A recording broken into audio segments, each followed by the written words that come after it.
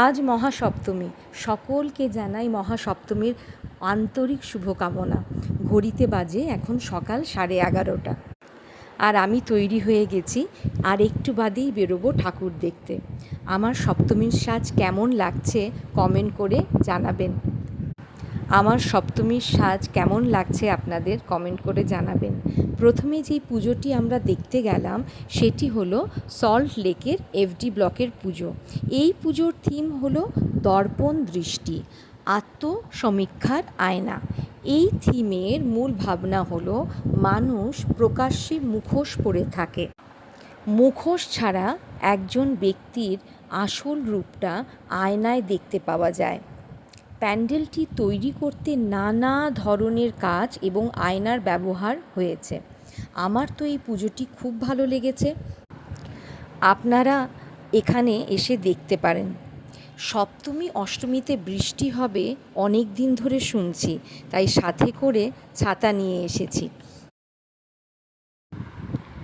পৌঁছলাম salt lake GD ব্লকে। এই পুজোর থিম হাতে টানা রিক্সা। এই বছরের দুর্গাপুজোর জন্য জিডি ব্লক রেসিডেন্টস অ্যাসোসিয়েশন হাতে টানা রিক্সাকে তাদের থিম হিসেবে বেছে নিয়েছে। এটি তাদের 41তম বর্ষের আয়োজন এবং এই থিমের মাধ্যমে কলকাতার ঐতিহ্যবাহী এই বাহনের প্রতি শ্রদ্ধা জানানো হয়েছে। আমাদের দেখা তৃতীয় পুজো এজে ব্লকের পুজো। সল্ট লেকের এই পুজোতে যখন আমরা পৌঁছলাম তখন পুষ্পাঞ্জলি হচ্ছিল। আজকের দেখা তিনটি পুজোই আমার খুব ভালো লেগেছে। এবার আমরা বাড়ির দিকে রওনা হলাম।